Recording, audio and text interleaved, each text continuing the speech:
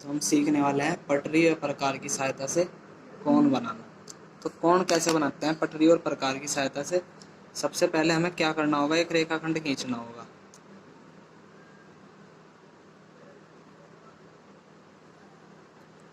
किसी भी माप का एक रेखाखंड खींच लेंगे, ठीक है। उसके बाद प्रकार से कोई भी दूरी भर के, प्रकार में कोई भी दूरी भर लो प्रकार में।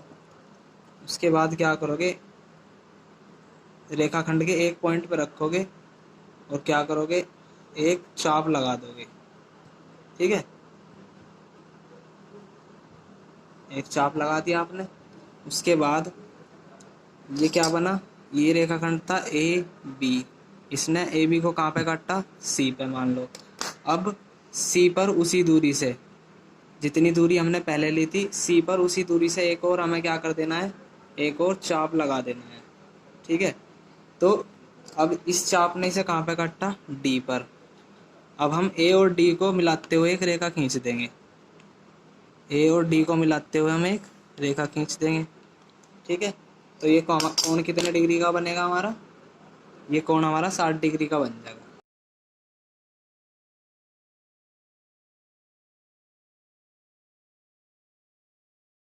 इसे चेक करते हैं क्या ये 60 डिग्री का बना है या नहीं।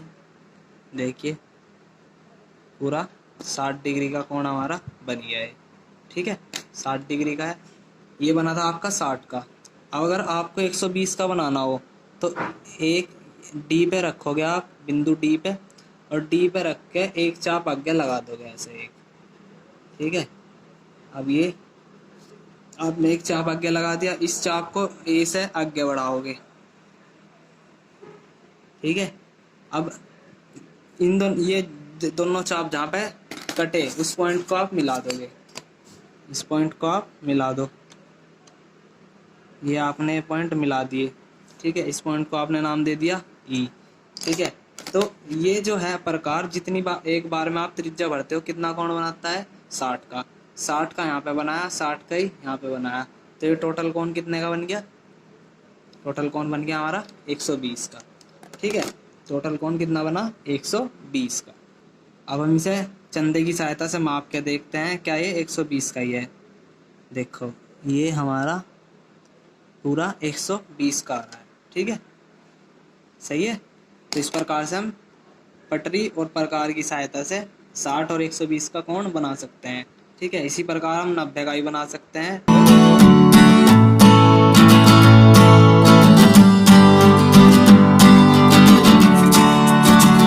पटरी व प्रकार की सहायता से कोण बना।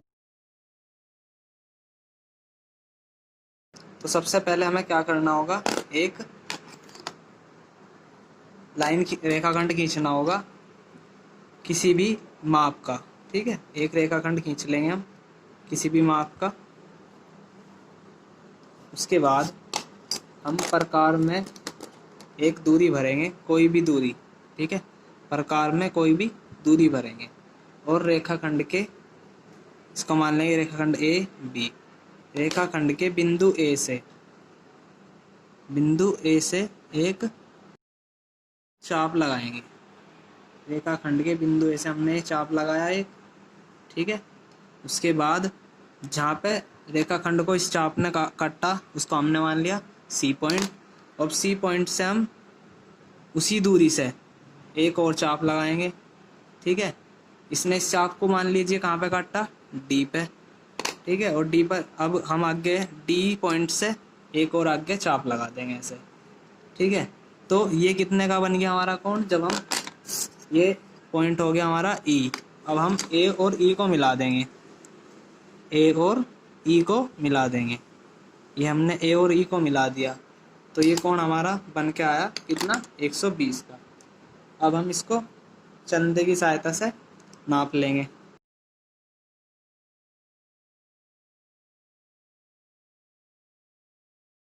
तो हमारा फुलफिल 120 का ही आ गया, ठीक है।